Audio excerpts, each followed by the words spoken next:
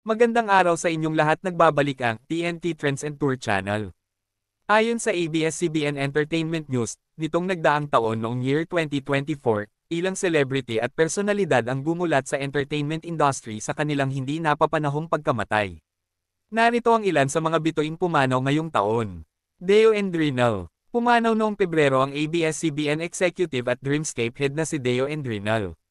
Inanunsyo ng anak ni Deo na si PJ Endrinal ang hindi magandang balita sa kanyang social media.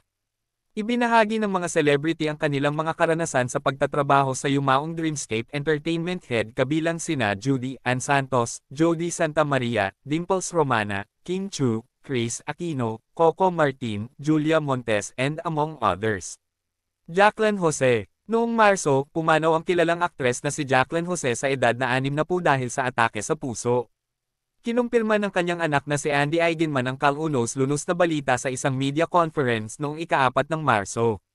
Leo Dominguez. Kinumpirma ng OPM singer at songwriter na si OG Alcacid ang pagpanaw ng kanyang malapit na kaibigan, ang talent manager na si Leo Dominguez, na namamahala sa ilang local stars sa ilalim ng kanyang talent company, ang LVD Management Corporation. Carlo Caparas. Ang tagalikha ng comic strip at writer-director na si Carlo J. Caparas, na kilala sa paglikha ng mga iconic na superhero character tulad ng Panday, Tutoy Bato, Elias Paniki, Bakekang, at Gagambino, ay pumanaw sa edad na 80 noong Mayo.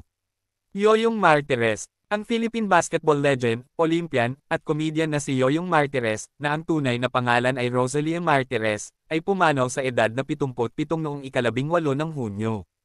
Hindi ibinunyag ng kanyang pamilya ang sanhi ng kamatayan.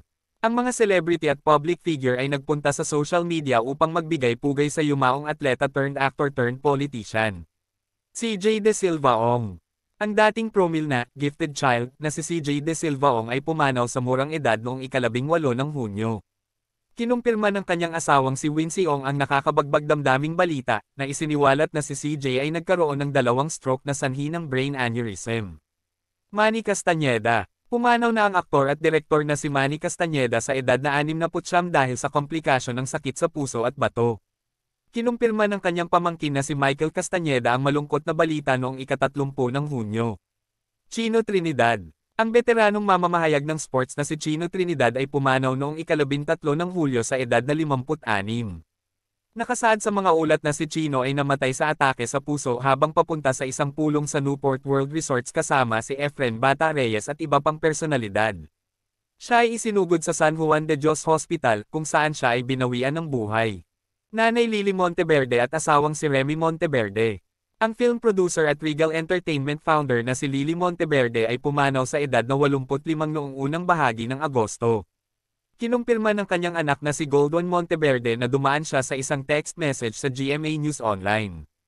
Dumating ang kanyang pagkamatay isang araw lamang matapos ilibing ng pamilya ang kanyang asawang si Remy Monteverde, na namatay noong ika-29 ng Hulyo sa edad na 86 dahil sa pneumonia.